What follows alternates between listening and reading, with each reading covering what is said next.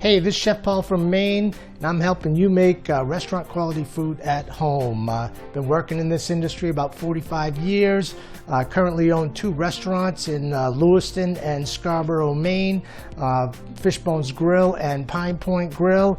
Today we're going to be making a beet carpaccio with salmon provençal and a pear almond tart to finish it up. So let's get started with that beet carpaccio.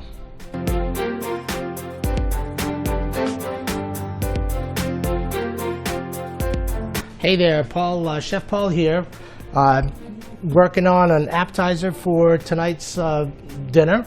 We're going to be making a beet carpaccio with some roasted beets, arugula. We've got some pickled shallots, orange, goat cheese, and a little creamy goat cheese dressing as well. Just kind of tie that all in. First thing we're going to start with, we're going to be putting our vinegar on. We're going to be making these pickled shallots. I like to do a French julienne on my shallots, and essentially what you're doing is you're peeling your shallot completely, you're cutting it in half, and then we're just gonna follow the curvature of the onion. You can see that onion is going around, and all you're doing is just little julienne, and notice my knife is not leaving my fingertips. And my fingers are always punched back, so we want to make sure that we're not getting those in the way. Once your vinegar is boiling, I'm adding some sugar. We're going to let it dissolve.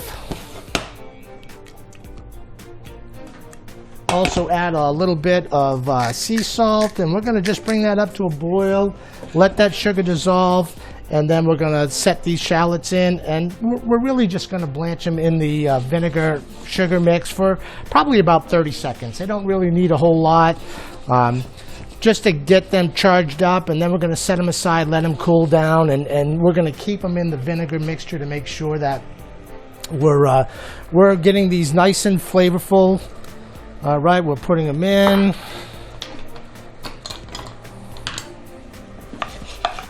We're going to stir it up. We're going to break it down a little bit. And you're just going to let these sit for 20-30 seconds. If it goes a minute, no one's going to die. If it goes a little bit more than you need to, it's not like it's in an oven.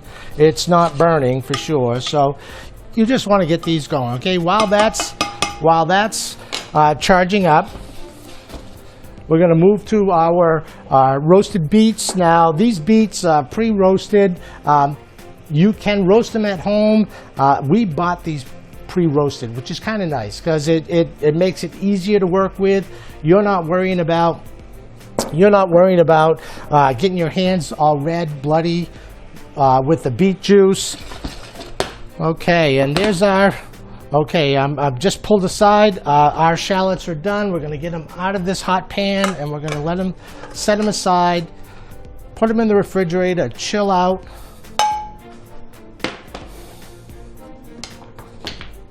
And these will be ready to go. They don't really take that long to chill, so just a matter of getting them in the refrigerator so they'll be ready to go. All right, and we'll come right back to you. Hey, Chef Paul here again. Just refresh things. We just finished our pickled shallots. We've got those in the fridge. They're chilling down right now. So I think by the time we're ready to assemble this, we're going to be in great shape. Next thing we'll move to, I should say, is getting the creamy goat cheese dressing together. These little bullets are great for a lot of different things, and we're going to be using it to make our dressing today. So we'll start off with probably about 5 ounces of goat cheese, creamy goat cheese, or you can use crumbles. It's whatever is available to you. Then we're going to add our oil. This is about 1.5 tablespoons of oil. We're going to add some red wine vinegar, more shallots. We're also going to add a little bit of sour cream to this mix, and then we're just going to charge her up and get it so it's nice and creamy.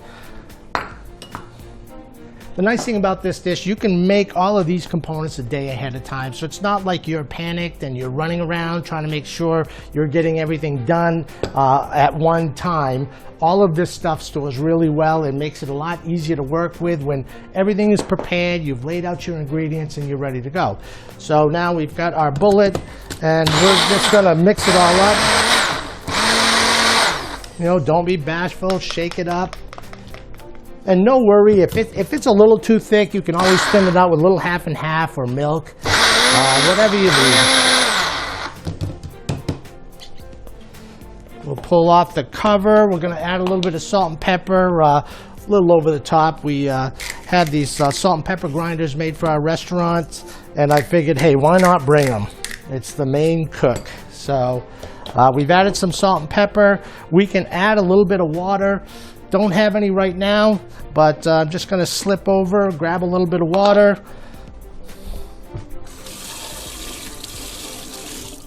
And really the water is just to thin it out so we have a good consistency when we're putting it on the dressing. Again, you can use half and half. You can use milk, water. You're not going to impact the flavor by using either one of those. And it just helps to get a better consistency on your dressing. All right. And there we go. So pretty quick, takes about 5 minutes. If you have all your ingredients prepped ahead of time, I think you're in great shape, ready to go. So now we're nearing getting our beet salad together. So one of the things that we're going to be adding to our salad is oranges. And we've got some sliced beets that we're going to get to. We've got some rocket greens or baby arugula. Fun stuff. This has got kind of a nice peppery flavor for you, so it's going to add, you know, quite a bit to the dish. So we're going to start assembling this salad. I'm going to show you how to segment these oranges, but I left my knife in somewhere. Oh, here we go. All right. We really don't want the connecting membranes for the orange. So what we're going to do is we're just going to go in between the membranes, and we're going to just take out these nice clean orange slices. And you're just slicing leave the membranes behind. You just want the oranges. And the oranges are going to add a nice sweetness to the beet salad. All right. We go.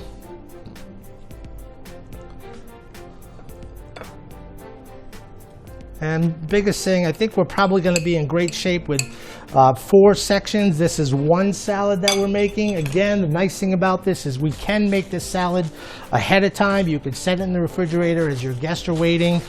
And once they're here and you're ready to get your dinner going, you're good to go. Next thing we're going to do, we're going to get our beets ready. We're going to grab our plate. We're going to use a rectangle plate. I like the look of it. These beets, these red beets, as I mentioned in the last segment, that these can be roasted at home. If you were roasting them at home, you grab some tin foil, you cut the ends off of the beet, rub it with some olive oil, some sea salt, and then wrap it in tin foil, and you're baking it off for probably about 15 minutes, 20 minutes, or until you insert a fork into the beet and it's nice and tender. That's when you'll know it's done. When it's finished, you pull it from the oven and you just let it set. And for probably 20 minutes, let them cool down. And when you're ready to work with them, you just pull them out of the tin, grab a paper towel or a rag, and you're just wiping the skin off under cold water, and you'll get this nice red beet. And you might want to wear some gloves when you're doing it, because these things bleed a lot, and you don't want to be wearing these this red color on your hands forever and a day.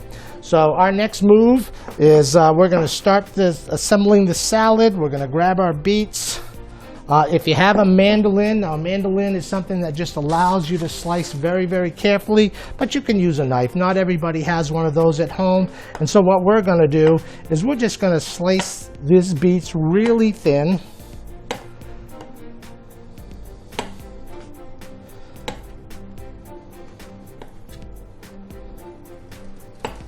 All right. Now, depending on the look that you want, you can slice them thin, kind of like carpaccio style. You could cut them in wedges. It's whatever look you're trying to achieve for your salad. That's probably the most important thing. So once sliced, now we'll grab our plate.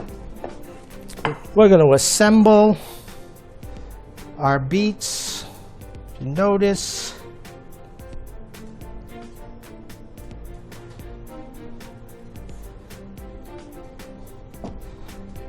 oh, nice and thin.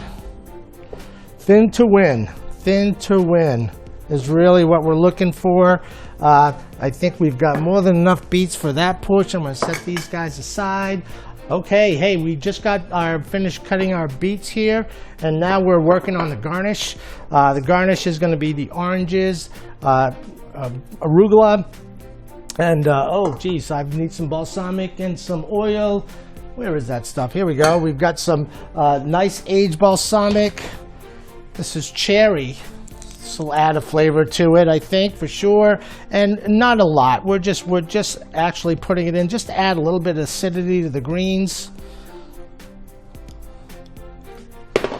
Then a little bit of olive oil. Okay, I've added some balsamic. We add a little bit of olive oil. We're going to grab some sea salt, a little bit of green peppers, black peppercorn. Sorry about that. I'm a little excited. We'll add some oranges to this mix as well. And for me, I'm a big hand mixer, so I always have a lot of these gloves around.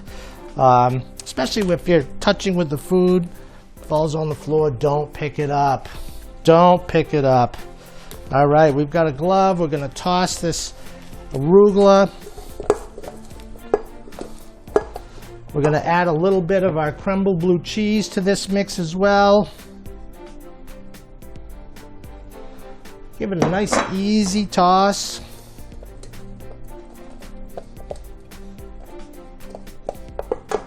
And then we're going to be garnishing our beets with that. Okay, we've got nice orange arugula mix. And I'm big on the plate presentation, so take your time. You want to make sure that it looks good because people eat with their eyes. So we want to make sure we're executing that as well. Hey, if that orange isn't exposed, you can always lift it up, get it on top. All right, and then we're going to finish this, a little bit more salt and pepper, and we're also going to use a little bit of goat cheese dressing, and we've toasted some fresh pistachios, and we're just going to crumble that with our hands, and this is going to help give this beet salad some texture. So we want to make sure that we're checking off all the boxes. A few nuts here. Then we can add a little bit more of this crumbled blue cheese, just to kind of put it around the plates a little bit. Again, we like the garnish, we like that look. Set this back. Then that goat cheese dressing, I just happen to have some that's in a bottle, so we don't need to fight with it. So I've added this to a squeeze bottle. That gives us a little bit more control of where we're putting it. So we'll give it a quick shake. And we're just going to hit it with a little bit of dressing on the top, and there's your beet salad, roasted beet salad with toasted pistachios. We've got orange segments and some crumbled goat cheese. A little bit of goat cheese, creamy goat cheese, just to bring it all together. And that's our appetizer for this evening. Hey, Chef Paul here, and we're just going to top off this salad with a little bit of our pickled shallots, and we're just going to kind of spread these around the top of them. And this is just going to give us some different flavor profile with the salads and on our salad. And that's what we have for this evening. We'll be right back with our entree. Hey, Chef Paul here again from Maine. We're going to be preparing our main course today. The main course is going to be a sustainable farm fisheries salmon with some pan-seared gnocchi, wilted baby spinach in a Provençal sauce. Provençal, we've got some tomatoes, we've got some black olives, we've got capers, lemon, a little white wine, and then we're going to finish off with a little parsley. So we're going to be doing this a couple different steps. First, going to show you how we're going to work our gnocchi. I've made some dough ahead of time.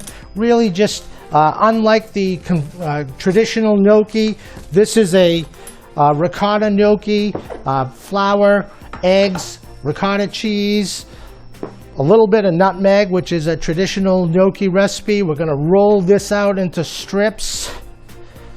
Magic of TV, we've made this dough ahead of time. And then once it's rolled into a string, you want it about 1/2 inches. We're just going to give them little pillows. And now you can use these just like this. However, I like using a gnocchi board, or you can use a fork, whatever your choice is. And then what I'll do is I will put them on with a little semolina flour, and I like to freeze them ahead of time. We freeze them because it stiffens that gnocchi up, and a lot easier to work with in the boiling water. So all we're doing is we're kind of giving it a little roll, lock it down into our semolina flour. So it goes pretty quick. Once you get the hang of it, you don't want to overdo it. Squish them too far down. Once they start turning, you're just going to roll it over to complete the circle, and then toss it into the semolina flour. Goes pretty quick, and then pop it right into the freezer, and we're done. So just got a few more to go here. Okay, continuing to roll these. Usually I go about 3 to 4 ounces a person. So when you're making this dough and you're rolling out these individual gnocchis, go 3 to 4 ounces a person. I'm going to say it's probably about 8 gnocchis per, thereabouts. The beauty of these is they're not as heavy. They're not as heavy as a conventional gnocchi. The potato gnocchis they kind of blow up after you eat them, and these particular ones don't. So once you've got them all rolled up, we're just going to pop it in the freezer and go from there. Okay, moving to a freezer, sending it back. Now our next dish.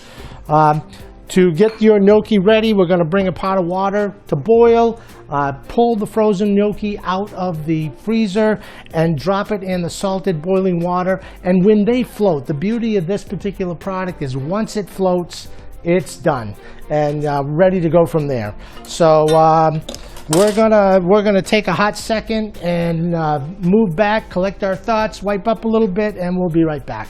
Hey, Chef Paul from Maine here again. We're going to be finishing up. Notice we've gotten our gnocchi ready to go.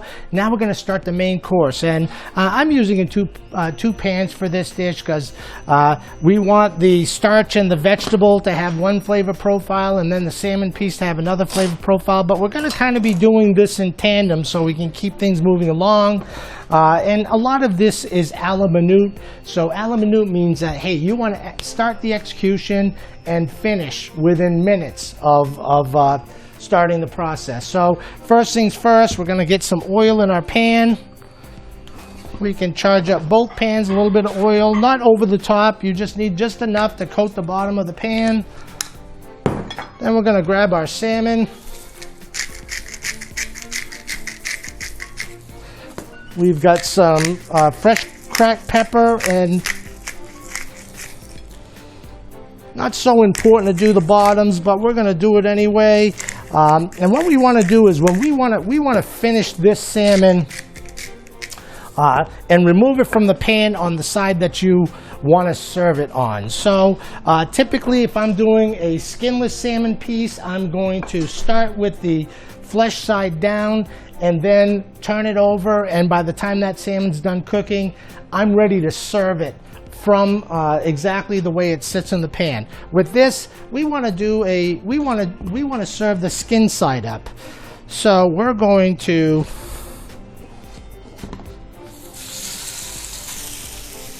get our salmon going. on the flesh side. So we're going to get, I didn't want to do that. We wanted to do it from the skin side, but we're going to be fine.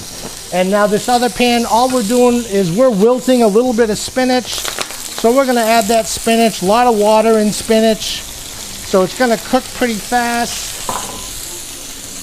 We're going to move some of this aside and get some of our garlic toasting. Get that ready to go.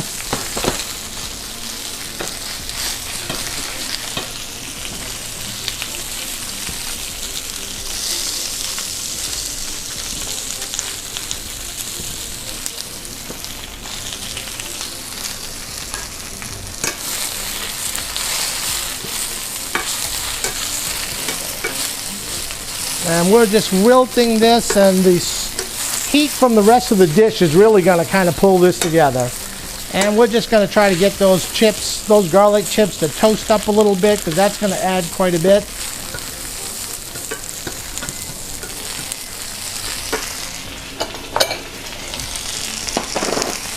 Once we're wilted, if you'll notice, we just wanted to just get a little bit of heat to it. We don't have to overdo it. And then we're going to add a little bit of garlic, add some olive oil. We'll see about toasting up that garlic a little bit.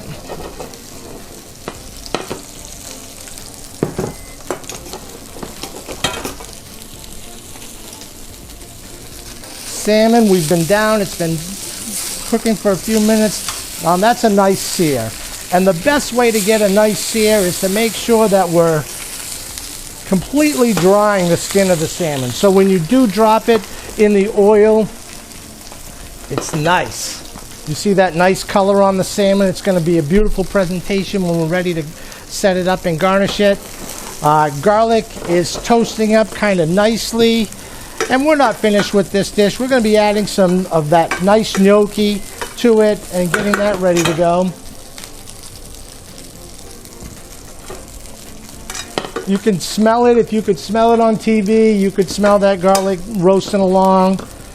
But once you start getting that aromatic, you're pretty much done. We're going to add that to our spinach mix and get that ready to go.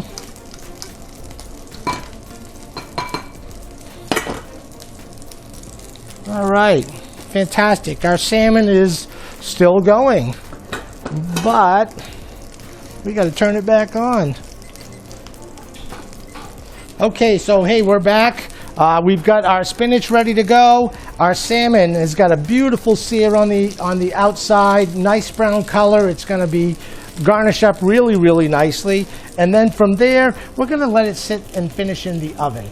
So what we'll do is we'll just get it on a plate. We're just going to keep it warm in the oven. It's pretty much cooked. We don't want to overcook it.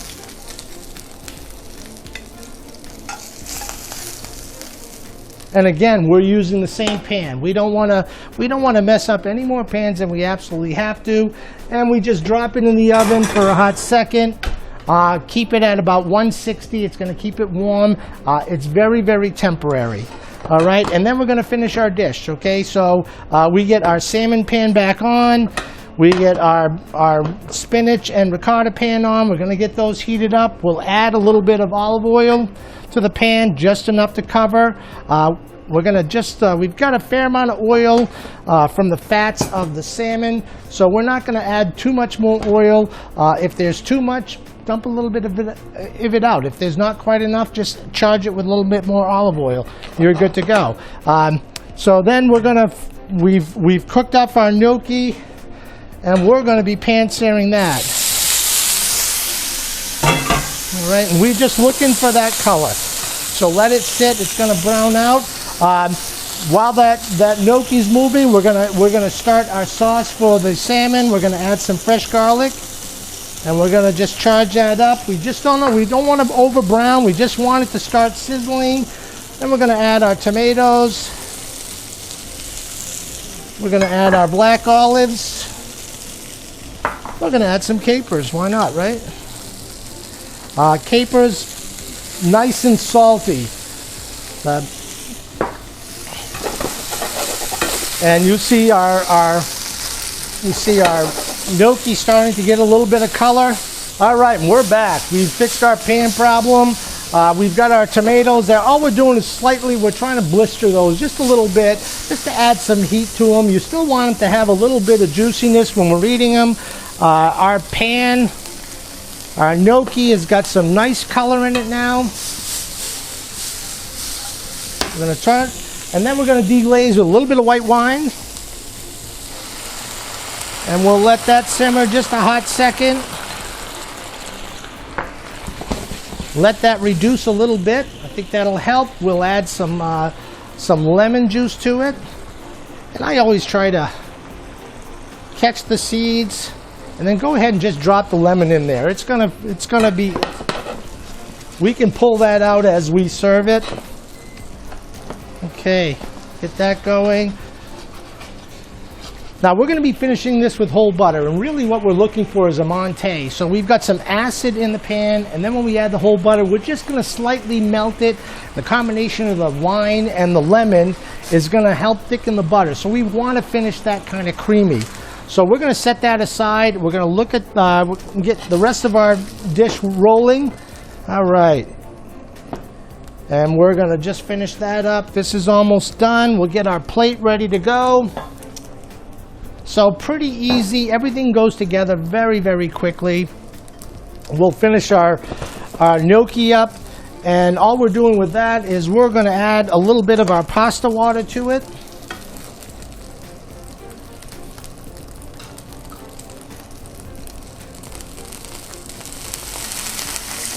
Now the reason I'm adding the pasta water is that we've got a little bit of starch there when we were making the gnocchi. Hit it with a little bit of salt and pepper.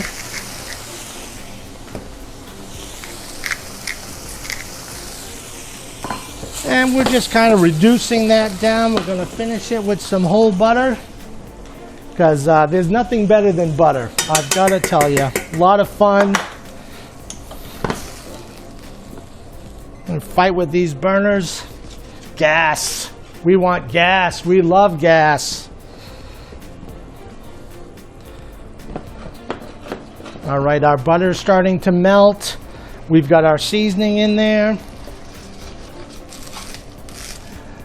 Our sauce, you can, if you could smell it, you can smell the capers and the black olives. Is nothing better than that for sure. And we're going to finish it with our butter now.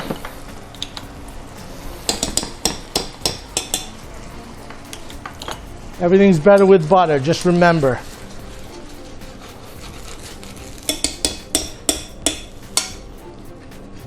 We're going to let that slowly melt. This is coming to temperature very, very quickly. We're going to add our spinach back to this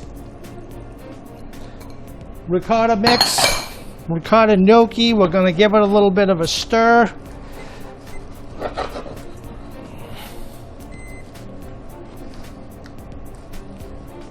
And we're pretty much we're rocking and rolling. We're close to setting it up.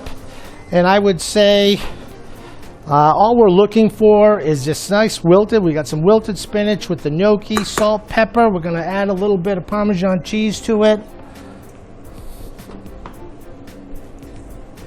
And we're ready to plate. So just bring that up to temperature, get that nice homogeneous mix. We're going to finish with some fresh parsley. Love the parsley, nice color. Set that aside. Now we're ready for our salmon. So we're going to grab our salmon. Remember, that's been heating in our plate, our oven. Grab our spinach and ricotta mix.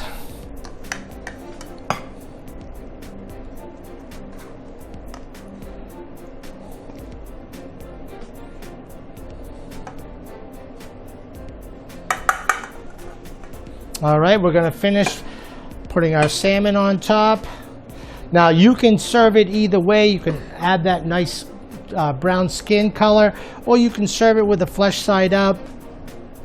The flesh side up is kind of nice because you really get to see that salmon and that coloration. And then we're going to just add our sauce.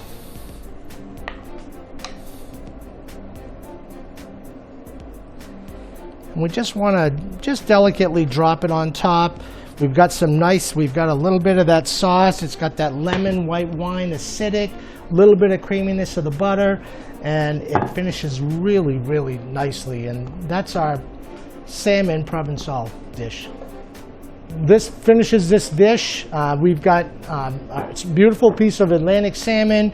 We've got the pan-seared gnocchi with the wilted spinach and the Provençal sauce, capers, tomatoes, black olives, and a white wine butter sauce. And that kind of finishes that dish exactly the way we want to serve it. We're going to be finishing our meal today with a pear almond tart with a pâté sucré, which is a sugar dough, and an almond filling, some fresh tarts, some cinnamon sugar, and that should finish our meal off really well today.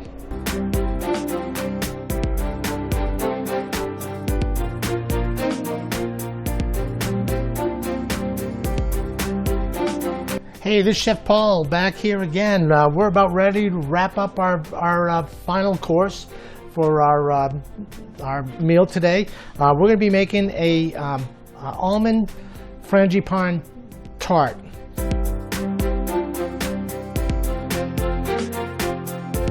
So what we're going to be starting out is with some sugar dough. I've pre-made this. Now this dough has fat, has eggs in it, lots of sugar, so it's a lot more malleable than your conventional dough. We've got a little bit of flour. We don't want to overdo it.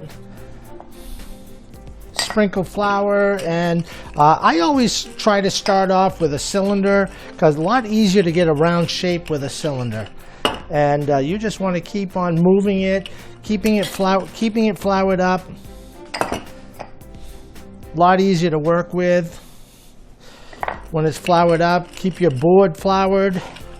And all you're doing is by cutting it into a thin wafer, your dough is pretty much ready to go. As soon as we lift it off, all right, we're going to just brush this off. We're going to lay this into our pan, and we're just tucking it in, okay? You're just tucking into the corners. Don't worry about this dough because it's so malleable. If it breaks on you, it's easy to press into your baking dish, and you can recover kind of fast. Unlike your traditional pie dough that's just fat and flour, you don't have a lot of wiggle room on that. If it breaks, it's really tough to put that back together again. So once it's rolled into the pan, we got a nice small pan. We're pressing it down. Okay. And then I've got some frangipane filling. Frangipane is nothing more than sugar, almond paste, and some flour, a little bit of tiny little bit of salt. And so we're going to put that into our tart pan. Then we're going to just spread that around. You just want to cover the bottom of it. As it's baking, it's going to self-level in there. All right, we're going to set it on a baking dish.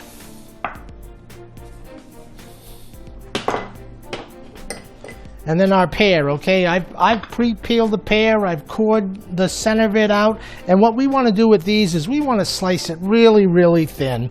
We want to make sure that if it's too thick, it's not going to bake as well as it should. It'll be a little tough, so that your dough will end up browning before you're ready to go, before you're ready to pull it out. So once it's out, now we're going to just slice it really, really thin. And then we're going to just shingle it out onto our tart, pop it in the oven. So really thin, a lot of moisture in these, a lot of water content in pears.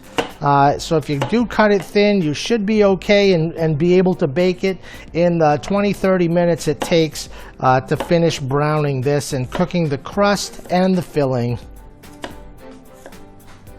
Once it's cut, we're just going to shingle it out. It's our knife, and we're just going to lay it down onto our tart, and we'll just press it down so it kind of shapes into the into the frangipane mix. And then we'll hit it with a little bit of egg wash. And this is just eggs, a little bit of water. You can use milk if you'd like. And we're just going to coat it. That just helps to seal the top of it.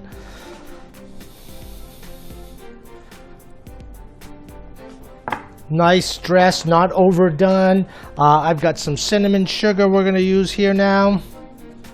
And we're going to just give a nice coating. Set it on our tart pan. And I would definitely use a pan when you're putting it in the oven, because at the end of the day, if it does boil over, it's not going to make a mess of your oven. So we really want to make sure that we're trying to protect the equipment as best we can. We're going to turn around. We'll set it in our pan. And then, hey, magic of TV, we've got one that's ready to go. You can notice how brown that is. This is a collapsible mold. So we can unmold it pretty easy. Just got to be really careful so we don't break it on the way out.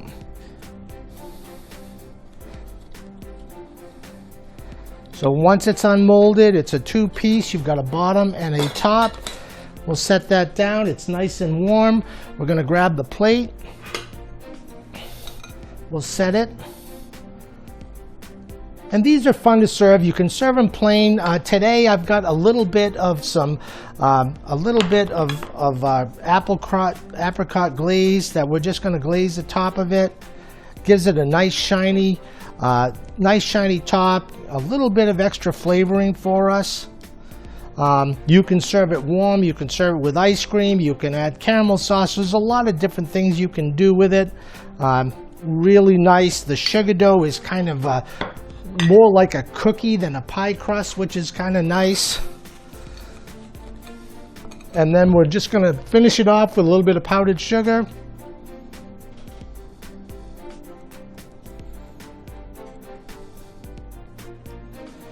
And it's looking pretty yummy if you ask me. And so, and that is our pear almond tart. A little bit of frangipane filling and a sugar dough crust. And I think it's beautiful and you'll really enjoy it.